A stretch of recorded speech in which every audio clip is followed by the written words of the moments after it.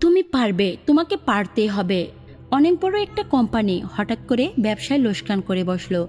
এক দুপুরে সেই কোম্পানির কর্মচারীরা বাইরের ক্যাম্পিনে লাঞ্চ করে ফেলার সময় অফিসের প্রবেশমুখে একটি নোটিশ দেখতে পেল।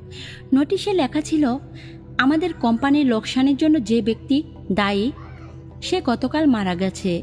সেমিনার রুমে একটি কফিনে তার লাশ রাখা হয়েছে। যে কেউ তা দেখতে চাইলে আমন্ত্রিত।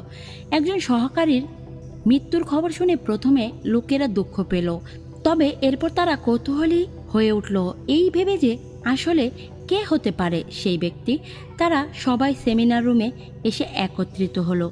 সবাই ভাবতে লাগলো, আসলে কে সেই লোক যে আমাদের সাফল্যর পথে বাধা হয়ে দাঁড়িয়েছিল। তবে সে যেই হোক, এখন সে আর বেঁচে নেই। একে একে তারা যখন কফিনের কাছে গেল এবং ভেতরে তাকালো, হঠাৎ তারা কেমন যেন বাকশূন্য হয়ে গেল, হতভম্ব হয়ে গেল, যেন তাদের খুব আপন কারো লাশ সেখানে রাখা ছিল। কফিনের ভেতর আসলে রাখা ছিল একটা আয়না। যে ভেতরে তাকিয়েছিল সে তার নিজের চেহারাই দেখতে পাচ্ছিল। আয়নার একপাশে একটা কাগজে লেখা ছিল, তোমার সাফল্যের পথে বাধা দিতে সক্ষম শুধুমাত্র একজনই আছে গোটা পৃথিবীতে, সে হচ্ছে তুমি নিজেই। তুমি সেই একমাত্র ব্যক্তি যে তোমার জীবনের পরিবর্তন আনতে পারো, তোমাকে সুখী করতে পারো, তোমাকে সাহায্য করতে পারো, সুখী করতে পারো।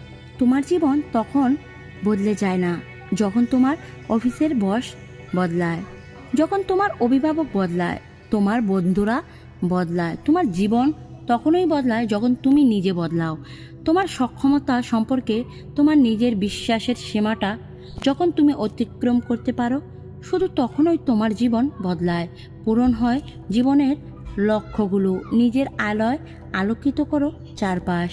বন্ধুরা, পরের কথায় কান্না দিয়ে সফলতাকে নিজের করুন, চেষ্টা করুন, অবশ্যই সাফল্য আসবেই।